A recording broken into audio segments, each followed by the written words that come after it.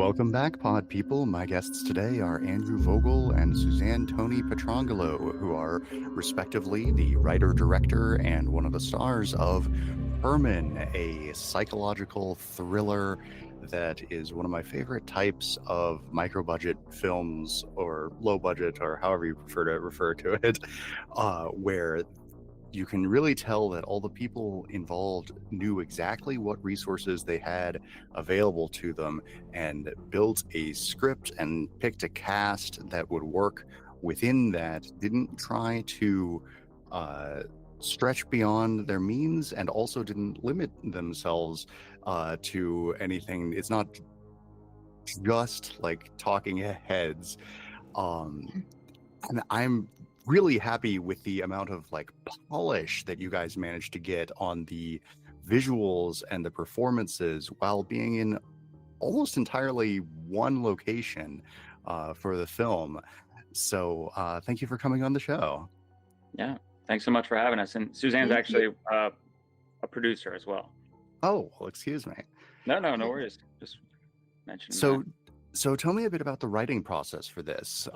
Did you guys have like this location in mind before you started writing, or did you find it to match the script? How did that work?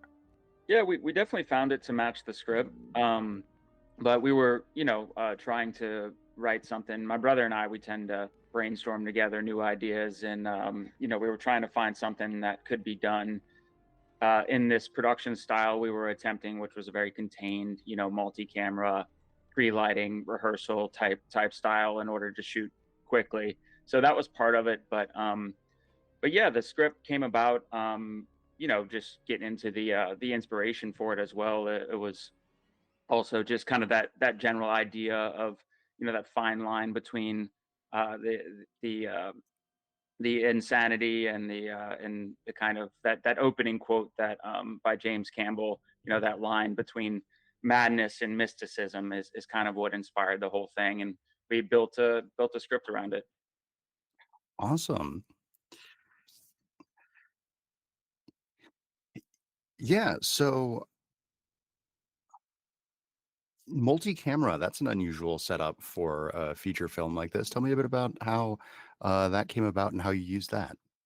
Totally, yeah. So yeah, that was kind of always part of our plan was, how do we shoot very fast and keep it super high quality?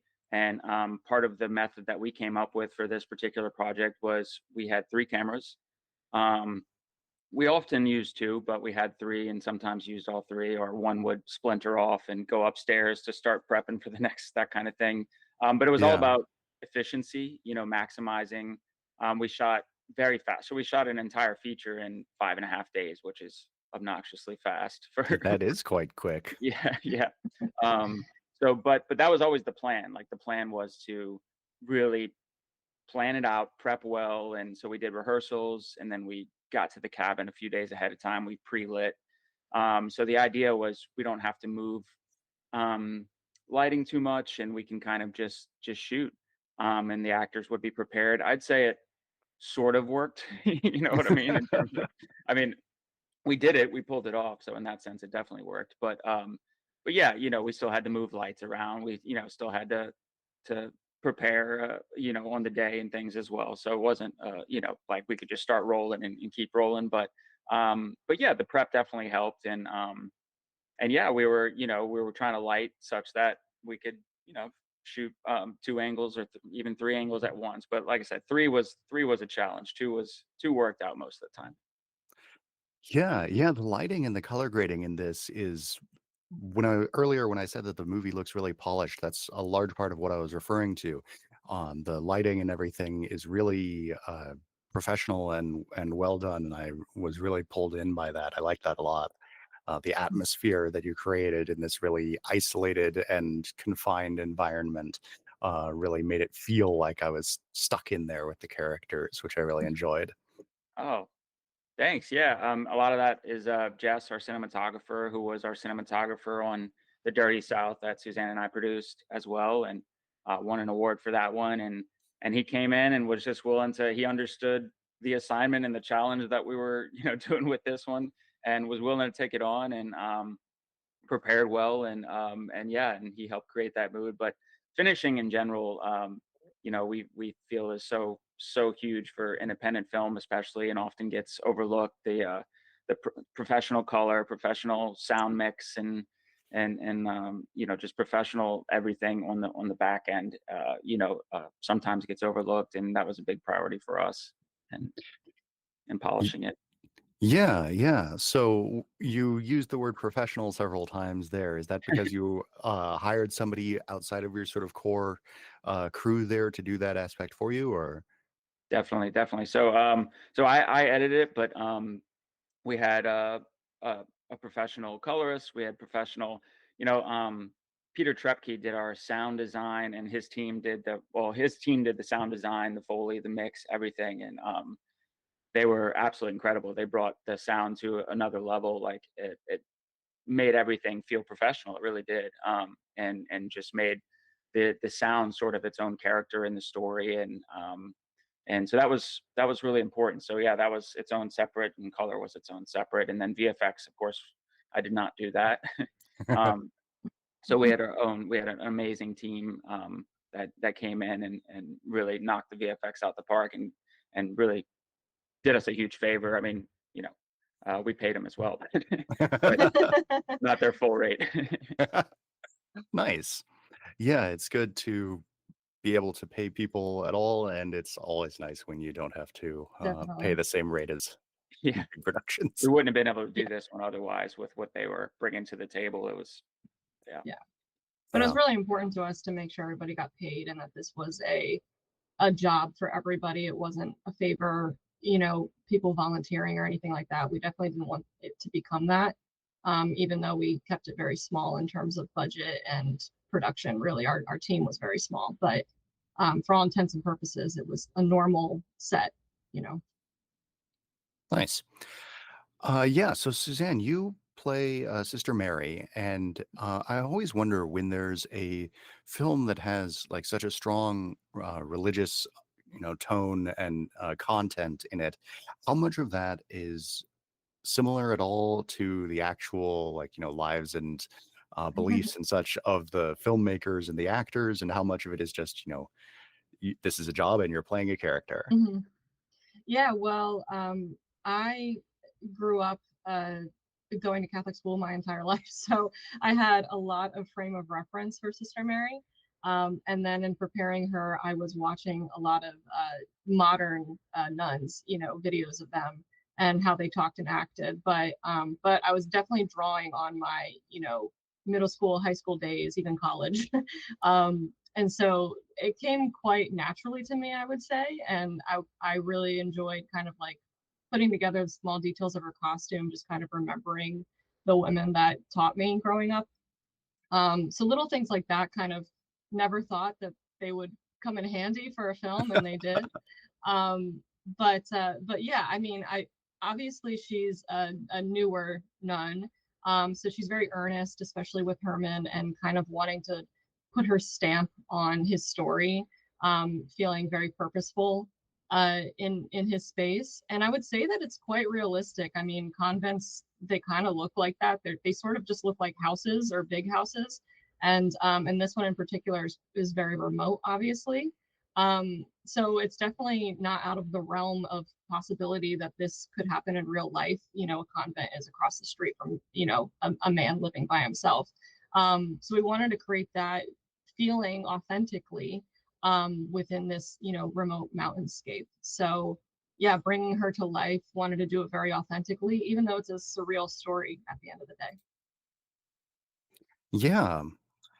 Yeah, so this, like you said, a surreal story, very much about guilt and Mm-hmm. uh, the echoes of the past and how that affects people's minds and lives in the present. And so I'm really curious, did this when you were writing this, Andrew, did this come from a place of personal experience, or was this just a subject matter that you found interesting, or? Yeah, I'd say it was a subject matter so I graduated in psychology. So in general, Ah, just film and psychology and how they intersect has always been very interesting to me. But really, again, bringing up the Joseph Campbell, that really inspired a lot, and so spirituality has always been something that's been of interest to me, and psychology and philosophy, and so it was sort of an intersection of all the things I like, to be honest, all the topics that I'm interested in.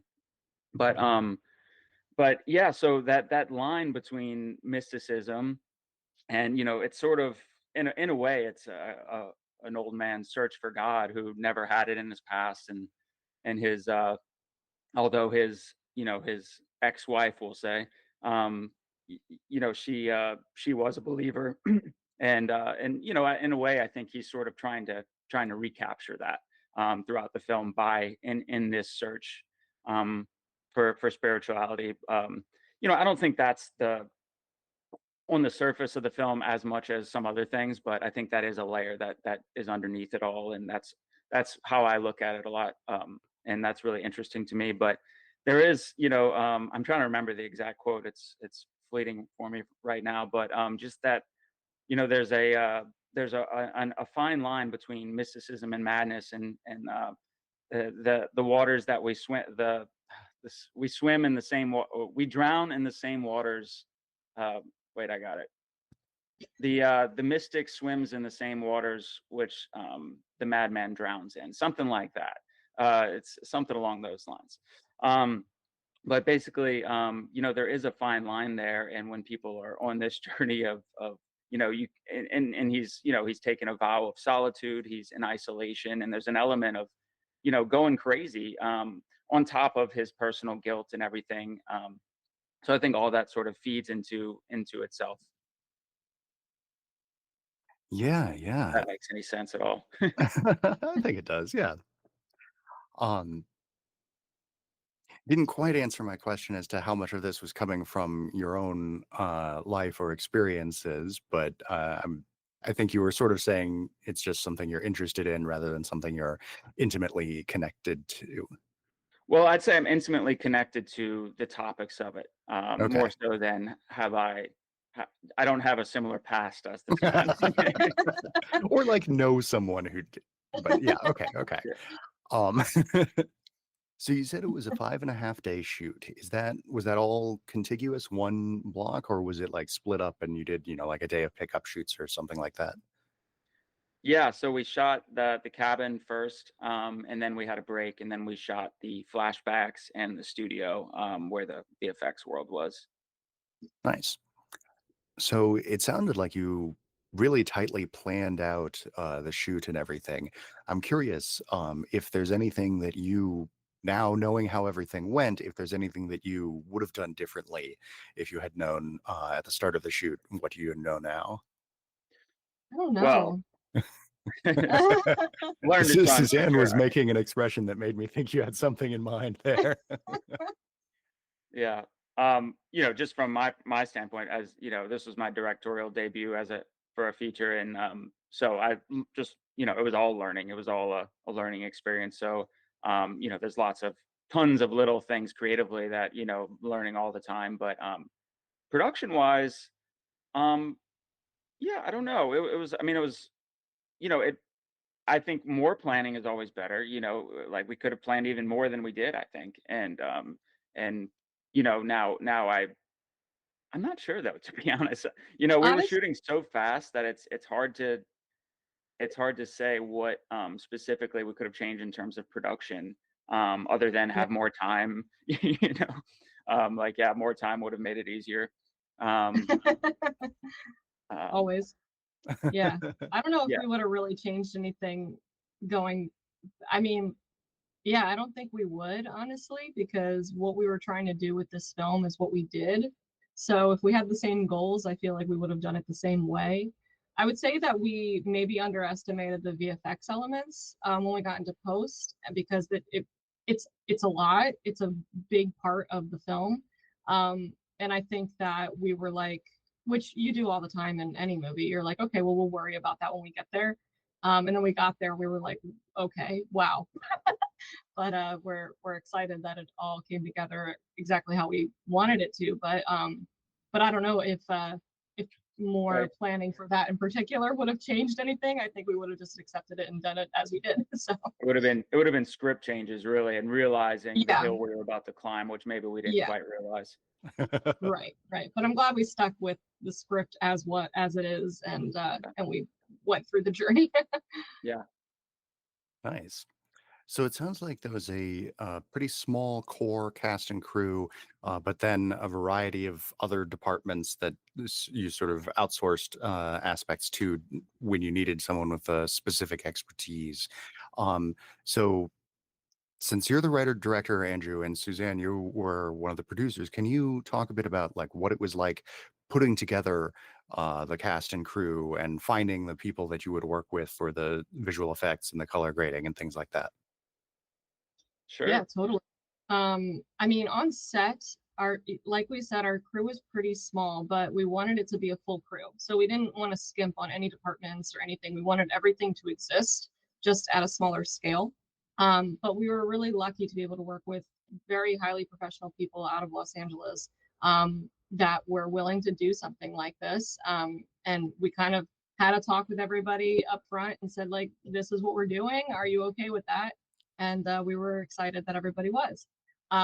So on set was like we said, a pretty normal set. It was just kind of scaled down. The casting process, though, we went through, auditions and everything, and casted off of that, which we were really excited about the people that we got from that process. And then post was very much the same. I mean, obviously, we have friends in the industry, that we worked with very closely, like Tyler Forrest was one of our camera operators, and he did all of our music and composition. He worked with us on our last film as well. And he's a good friend, but he's also, somebody that does this professionally. So we were able to work with people on that level, but at the same time, we, definitely outsource people that we hadn't worked with before. So Nice. Yeah. So you mentioned taking people from Los Angeles, and I just realized I don't know where this was shot. yeah, Um, it was shot in LA partially, and then in a town called Wrightwood, California, which is about an hour outside of LA in the San Gabriel Mountains. okay. Yeah. Yeah, I'm thinking, and I'm not sure. I'm not sure whether any of the characters explicitly say like where the movie's set, but Yeah, no, in my mind, I was definitely picturing like the Pacific Northwest with that sort of like wooden nice. buildings and things. So, Cool. Yeah, it was cool. We got a nice mountainscape, and I'm sure you saw in the beginning of the film. There's a layer of snow outside, so that those scenes were shot on our last day out of the block that we were up in the mountains. So on our second day of filming, there was a blizzard. Also, we shot in April, so a blizzard in this time was kind of crazy. But yeah, so it luckily worked out continuity wise, and it was a really cool addition to those outdoor scenes that we got snow. yeah, yeah, man, movie magic. April in Yes. Los Angeles becomes November in Oregon. Totally. Yes, at the time it was like tearing our hair out. How are we going to get everybody to set today? And then Right. when we got the snow on camera, it was like, wow, this couldn't have worked out better. We had to That's start late that day. Yes. Took a while to get everybody. is that why it's 5.5 days of shooting and not Yeah, 6? maybe, I mean, honestly. maybe. We were grateful for that half day though. No, that half day we actually added at the end to grab We some did. stuff, and we tacked it on. We were planning to do it in 3 days at the cabin and 2 days elsewhere, but we ended up adding another half day at the cabin. All right, Really, nice. before we left, we were just like, let's grab some stuff. Yeah. Yeah, so those must have been really packed days. Did you just have like Yes. a really tight shot list of everything you were going to be getting exactly when and all that?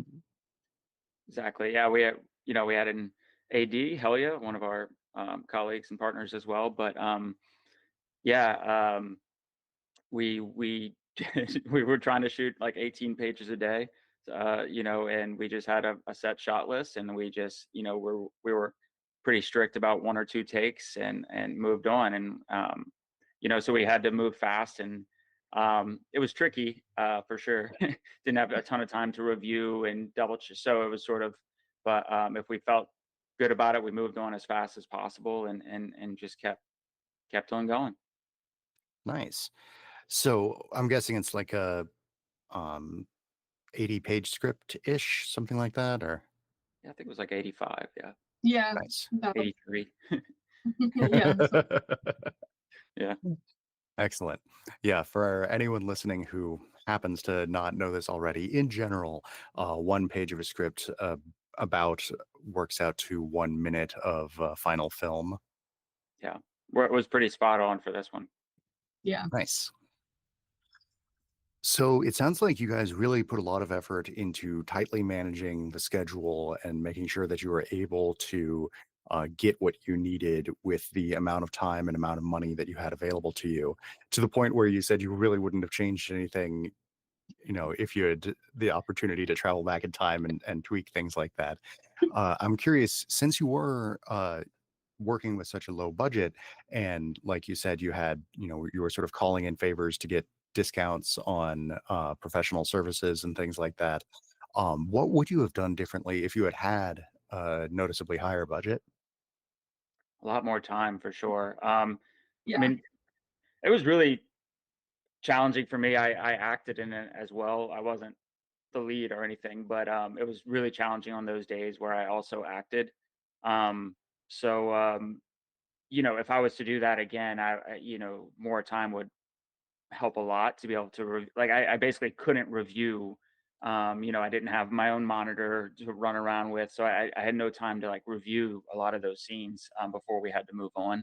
So that's obviously not ideal at all. So I mean, really, the bigger budget it just would have been more time. That would have been what changed the most.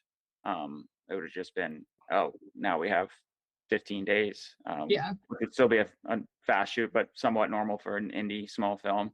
That would have given us a lot more time. And, again, creatively, there's lots of things that I see that I'm like, oh, I wish we would have had more time to like think that through and, build that more, et cetera. But overall, very happy with it. And by the way, us saying we're not sure we would change much in terms of production doesn't mean there weren't, it wasn't extremely challenging and that there wasn't plenty of snags and that things went smoothly. Like that wasn't the case at all. It's just I'm not sure if we were going to do it again in 5 days, we'd probably no matter what encounter those same things.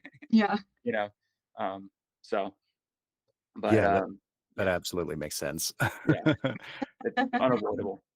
Yeah. yeah. Just because you're not sure how you might improve it doesn't mean that there is not necessarily space to improve the Exactly, process. 100%. And There's yeah, yeah. and Uh, every movie has their own set of problems, so you can't really predict them, and you kind of expect them. Um, I don't think we're ever going to do a film where it's just like 100% everything's great the whole time. yeah. Yeah, Yeah, like I could say, "Oh, larger crew would have been nice," like stuff yeah, like that, like, exactly. but that's More places larger to budget. stay. We were all staying.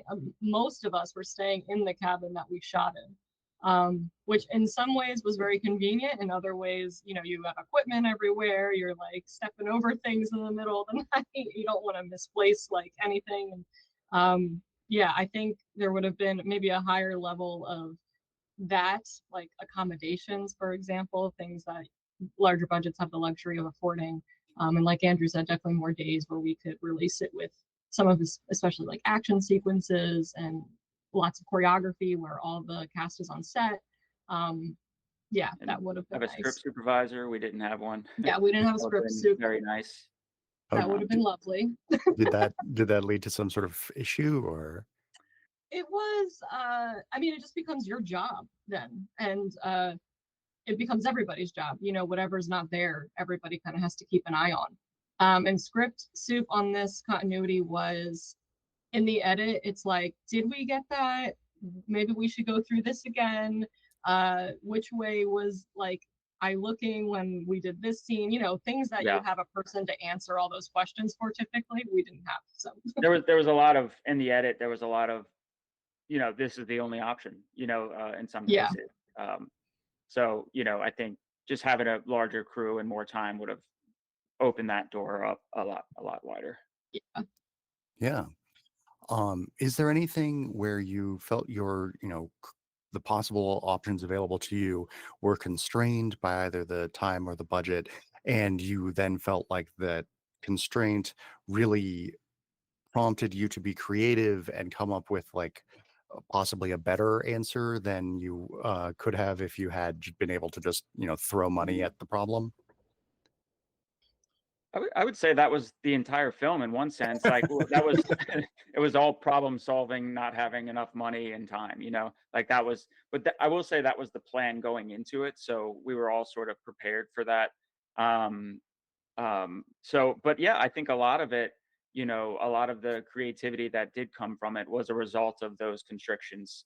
Um, but yeah, sort of everything, to be honest, Yeah, was a result of those constrictions by necessity. right. And it kind of Nice. forces you to be more creative because it's like, how can we tell Yeah. this story as efficiently as possible, kind of, while still being impactful and having all the elements that take you on the journey. Yeah. Yeah, so let's talk a bit about the script and the characters. So often in uh, horror films, especially in low budget horror films, there's sort of a mixture of characters who we're supposed to like and characters that we're supposed to hate. And, in both cases, we care about what happens to them. Either, we want them to survive or we want them to get killed. Um, in this, I found myself liking all of the characters. I don't think there were any where I was like, man, I hope this person gets it. Uh, and so I'm curious if you could talk a bit about writing the characters and, were they all intended to be sympathetic and liked by the audience, or were you aiming for a diversity of opinions there? And like, what sort of techniques did you use to try to get those emotions that you wanted? Yeah, that's a really good question. I'd say the heart of it was this idea that Herman, the main character, is sort of the good guy and the bad guy. And so that was kind of where it all stemmed from. And even some of these it's going to result in spoilers. I'm not sure how to avoid that though. Um, This is generally a pretty full spoilers podcast. okay, I haven't specifically said So anything we'll just yet, go but for it. we'll yeah, just go yeah, for just it go then. for it. So my character, is sort of starts off as a demon character, and then grows into being basically his, a part of him. I'll say without giving away more than that. But so my character feels like a clear antagonist. This demon character that arrives around the midpoint, and really disrupts. So he was the antagonist in a sense, but he also represents, again, the dark side of the main character, Herman, who, so it sort of all ties in there where it's like, yeah, literally on the surface, it'll feel like he's the antagonist when he arrives. But then otherwise, um, we eventually realize that, oh, he's the antagonist. He's the shadow self of Herman, of the main character. So he represents that dark side of him. Um, so I would say, in terms of antagonist, protagonist, that's how I think about it. And in terms of the other characters, they represent parts of him as well. So everybody sort of represents parts of him and parts of the event, parts of what happened that night, uh, that it all went down. Um, again, I could sell the whole movie, but yeah.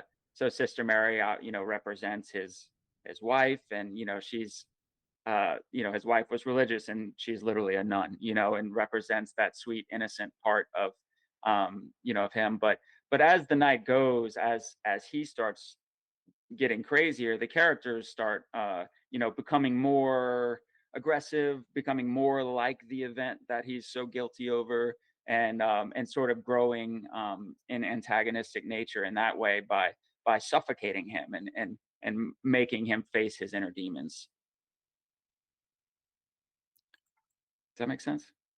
Yeah, yeah, I think so. I now I'm wondering like to what degree I was supposed to view certain aspects of the film and the characters as being like literal, and to what degree they're just a Yes, metaphor there. It's a it's a Yeah, dark well, moment. It's a combination for sure. Whether, and by the end, obviously, you're wondering who's real and who's not. Um, but it's definitely, you know, to me, it's one big metaphor for, and it's him, it's his mind. It's whether they're real or not, it's all his mind. It's all his perception of he's creating this world of illusion for himself. So Mhm. whether or not they're real. So that's how I look at it.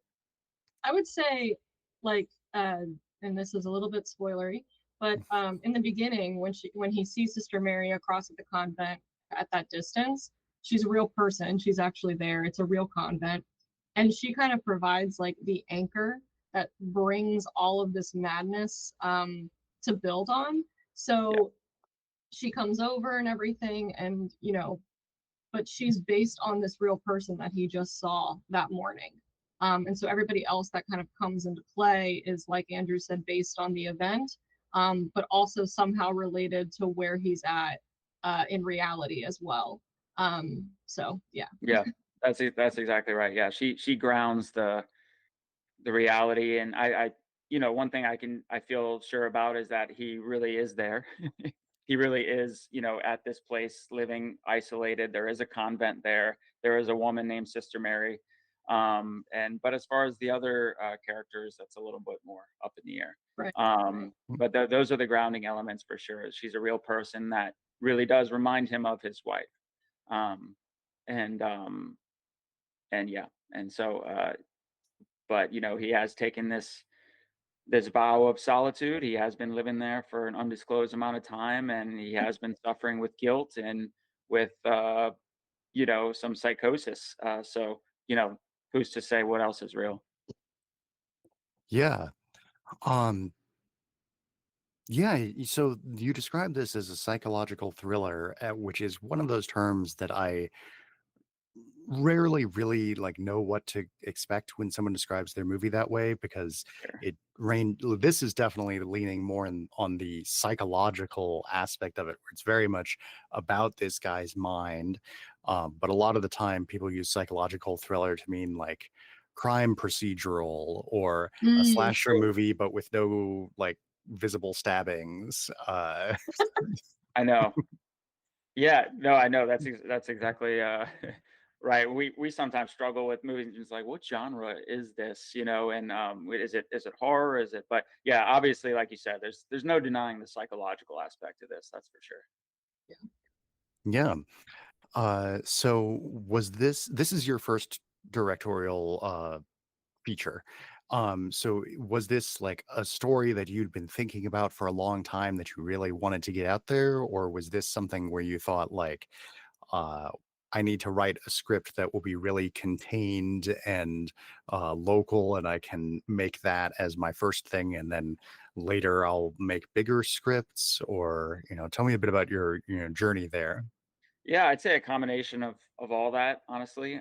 So I've written a few scripts and before this that and I've even tried to write scripts previously that could be super contained, and it's such a struggle. It's always like, well, let's at least add this, and then suddenly it's like, well, we should at least get $1 million. You know? So it's like I want to actually go make something, and I didn't want to stop until we could actually make something. So I was like, no matter what, we're writing something we can go out and make. So that was definitely a big thing, because can write all day, but if it's not something we can go out and make, it just sits on a shelf. So that was a massive part of this whole uh, experiment, I guess, was to write something that we could go out and make. But that being said, like I said, my this is at the same time, this is a combination of everything that I'm into. The surrealism, the philosophy, the psychology, the spirituality. So it was like I can't, I think most writers probably feel this way, but you really can't help but put put what you want to see, into your script. So in that sense, it's very much all ideas that have been percolating from my own self and my own life, and also the movies that I like. Nice.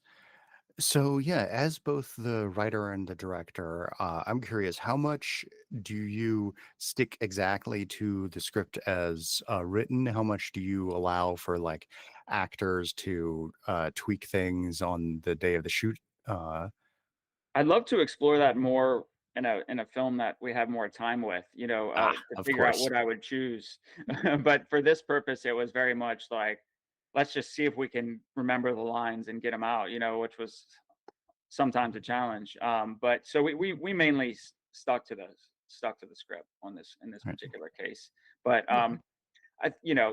I've written some comedy and things like that, and I feel like those would be much more playful in terms of like what you could mess around with on set. But we'll Yeah. find out when that day hopefully We comes. definitely, yeah, we went into this being like, yeah, the script's got to be really tight because we knew what we were working with. So, we did table reads, we got feedback and all of that to make sure it was as close to what we wanted to shoot as possible. Excellent. Yeah. Yeah, so I interview a lot of writer directors, and mm, fairly often I interview writer director or actor. And usually, when they're acting in their own film, they're the main character. And you here played sort of the sort of pseudo antagonist of the film. I'm curious both about like what that was like trying to give a performance and also trying to run the set, and why you cast yourself in that role specifically. Um, Yeah, well, I was too nervous to cast myself as the main guy, and also wrote a script that was about this older man. Right.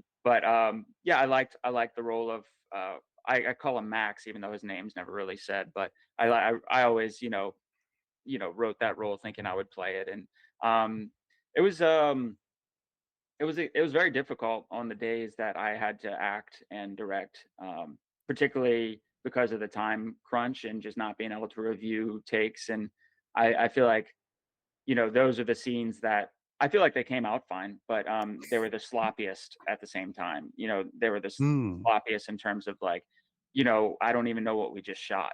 Like we have to move on though.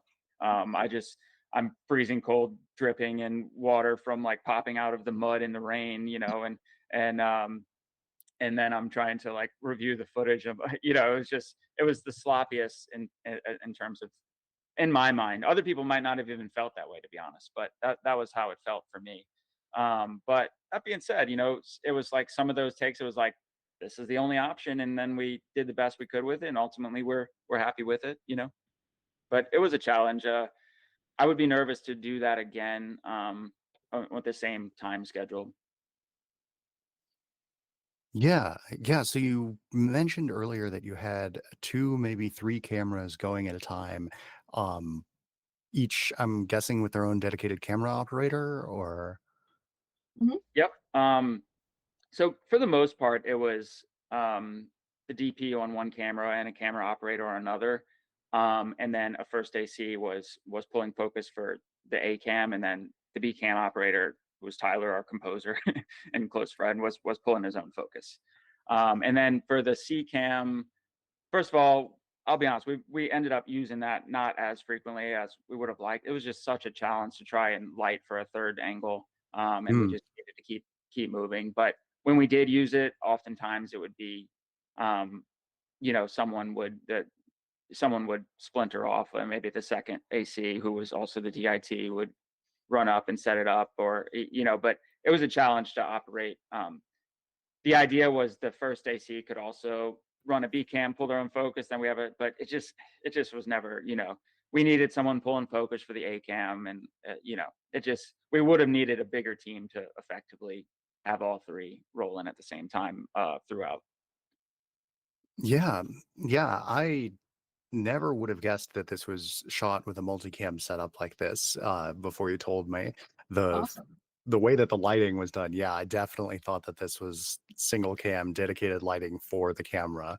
So That's all our DP, so I'm really excited to hear Yeah, that. yeah, yeah, yeah, pass along the compliment. yeah. We will.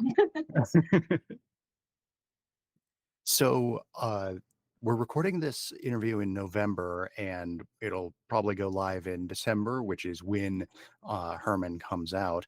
Uh, Tell me a bit about the distribution process. How have you been doing that? Sure.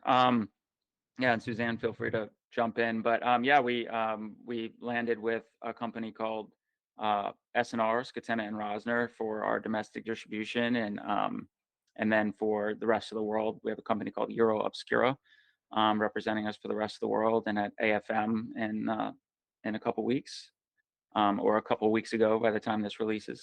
Yeah. But but yeah, I mean,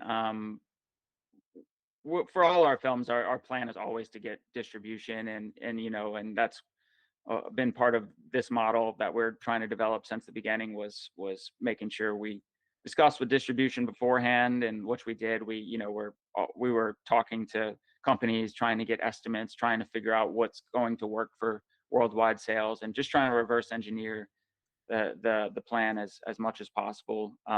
But we ended up with some great companies afterwards, and yeah, that's pretty much it. But Suzanne, Yeah. do you have any thoughts on that? No, I mean, yeah, like you said, we always go into every film with distribution in mind first, and I think because of that, we've built up some good relationships along the way, and so we were able to get it to SNR, and Europe Obscura was really awesome. We hadn't worked with them before, and they seemed very excited about the film. So we're really excited about the process with that, and this will be our first film in this genre as well. So we're looking forward to seeing how it plays and everything.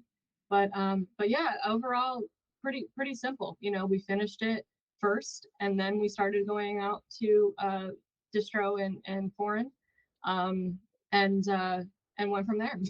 So you know, we cut a trailer, sent it out, and had the conversations from that point on. Nice. Okay, so just to clarify, it sounds like you were in talks or like had connections with distributors before you started production, Mhm. but then you really specifically pitched it to them after you finished production. Yeah. Yeah, So we ended up with different companies, as things go, and it turned Okay. out. But yeah, we definitely were discussing with colleagues in sales, and yeah. just trying to get a gauge on what a film like this could generate. And I mean, the whole idea with this production model was testing the theory of, can we make a high quality film for a very little Mhm. amount of money that is sellable worldwide. So that's what we set out to do, from a producing standpoint. So we were definitely having those conversations with colleagues beforehand as much as possible. Yeah. Okay. I'm curious if you could unpack that is sellable worldwide aspect Yeah, of it a bit, because usually when I hear somebody talking about that, it means that they're making something which is not very dialogue focused, but is instead focused more on like visual aspects with like action or gore or something, because yeah, that anyone can enjoy even if they don't understand the language. But Mhm. that's very much not what you've got here. So I'm curious what yeah. you meant by that. First of all, that's a really good point, that a lot of people don't realize that that is what sells worldwide generally, is stuff that you don't have to hear to understand, action and gore. But yeah, but in general, the horror genre, is the genre that sells the best worldwide with no big name talent. So we were trying to, stay within that genre and within that world. And the VFX, component as well is very visual, and that was a part that we try to have in the trailer, and we try to focus on for sales purposes, and can pitch it with that at the forefront, as well as with the VFX and the sort of atmospheric monster that we created within that void space. So we think of that as very visual. Hopefully, others like it. Oh, Um, yeah, I just meant like compare this to like, Avengers or Terrifier or yeah, Totally. something. Like I could mute Terrifier and still have a good time. Right. I don't totally. Right. think I don't think I could watch this muted and have any idea what's going Have any on. idea what's happening? No, no, it's a great point for sure. Yeah, so it was reverse engineering it while doing something that we enjoy doing, in a sense, like what we like in film, and so yeah, to be honest, we're not like huge horror people. We're not really slashers and gore. We like a lot of horrors though, like certain elevated. We like movies that make you think, and so we were trying to do something within the world that would speak to us, and something that we would enjoy, and but still have those elements, and have those trailer moments. That was another thing we were focused on, is having the trailer moments that would help us sell it worldwide as well. Yeah. It's challenging though. It's not to say, oh, we're selling worldwide, making a bunch. I mean, it's definitely a major Yeah. challenge, but we're on that path, and we do have a distributor who's selling it worldwide for us, Yeah. or a sales agent. Yeah, that's really interesting to me, the distribution strategy that you guys are going with, because it's pretty different from most of the people that I interview. That typically people either go the what I think of as the like very traditional route of like putting it in film festivals and hoping to find a distributor that way rather than like already having a connection, or especially nowadays with really low budget films, people doing self distribution with something like Film Hub. And so I'm Mhm. curious, like it's obvious to me why you would not go the film festival route if you already have connections to distributors. But I'm curious what specifically makes selling, using a sales agent to sell to distributors more appealing than trying to self distribute. Well, so in the US, I guess you could say we self-distributed, but basically in for the US and Canada territory, we went directly to a distributor, which is S&R. So we're not, we didn't go through a sales company for that. We just, they came on and they're our partners for those two territories. And they're the ones that are going to be getting it out to all the digital platforms and how watch movies. For foreign, Andrew and I did talk about us going to each territory on our own directly, and selling it or trying to sell it to each one to buyers, in each territory. But that's not ideal because really the sales agents are the ones with the stronger relationships and they're able to oversee the deals for you. Especially if they're a really good partner and have your best interest, they're going to do a good job. They go to all the markets around the world, and that's how buyers are, familiar with purchasing films. Um, so we were hopeful to get a sales agent, but because of the size of our film and not having any big names, we weren't like, oh, it's a done deal. We were talking about other options. But we were excited that Your Obscura was enthusiastic about the project, and we had some others looking at it as well. So that was kind of like, this was always the plan and the best case scenario for us. We didn't want to do a self-distribution route where we just kind of put it on platforms ourselves, because the distributors are just much better equipped of getting it in front of wider audiences than we can. And so, yeah, we were just excited that this all came about and we were able Yeah. to make it And happen. and one other component I'll mention with having a sales agent is, a lot of times the distributors in the foreign territories, they're more interested if it's a group of films. So they'll be able to Mhm. present, hey, here I have 10 films that, 10 horror films, and that can make it more appealing to put ours in the mix and come away with a little bit of a minimum guarantee from that sale. Um, but yeah, it's tricky. I mean, the everything's changing right now, the landscape, and a lot of people are moving towards self distribution. But so far, that hasn't, as Suzanne said, it hasn't really made sense for us. And it still feels more financially viable to actually have a distributor and a sales agent. Yeah. Yeah, it sounds like you guys have a deeper set of connections to the traditional, like Los Angeles, Hollywood filmmaking industry than a lot of the people that I interview who are like making movies in Louisiana or Ohio or, Hey, I'm from Louisiana. hey, all right. We did our We last did. movie there. Yeah, we did our last movie there. Well, we're Yeah. producers, well, we're Yeah. everything first, I guess, but we're VP Independent is our production company, so we're making, so this is the smallest movie we've made to try out this style of production model but we've made movies that are slightly larger budget, and so we've built up some sales and distribution relationships. Yeah. Nice. So what do you think of making a movie with this production style? Do you want to do it again or too much of a headache?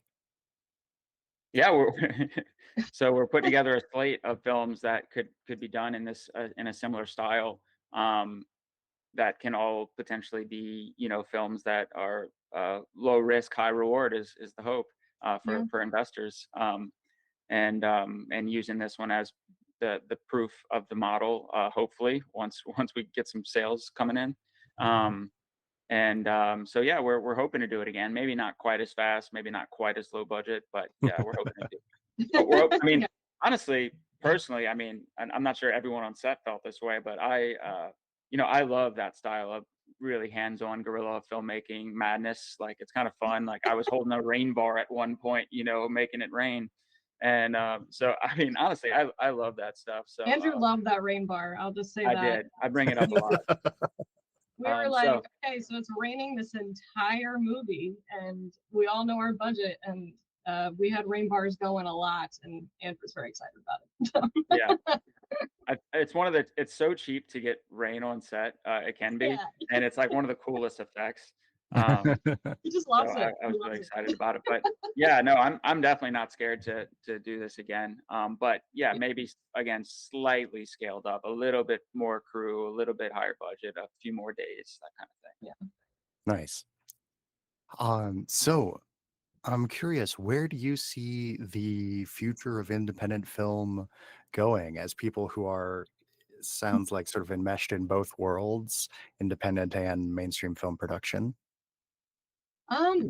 Where we see it going. I mean, Andrew and I feel like we talk about this a lot. Like, we're very much just like, we're just gonna keep our heads down and keep making stuff. Like, that's just how we feel. We just want to keep going.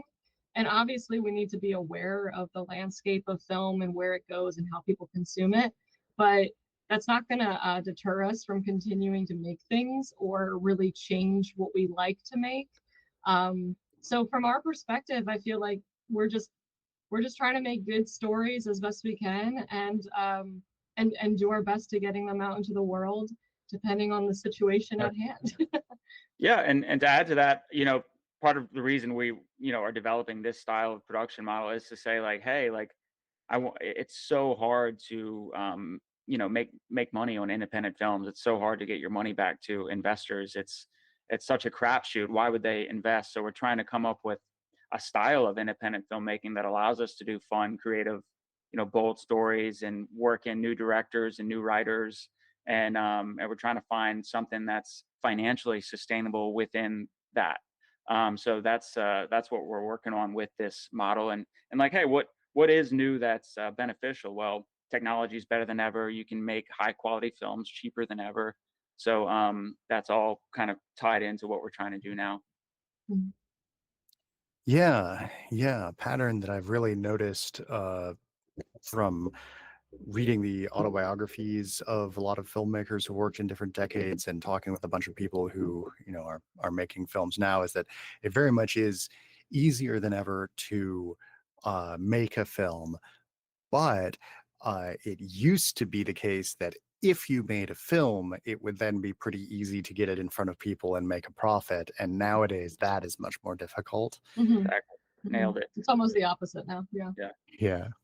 That is what we're up against as indie producers for sure. Is there's such an oversaturation of films out in content that it's just so hard to get noticed and to make money on a film. So we're battling against that while still trying to make cool stuff and do what we want to do, in terms of filmmaking.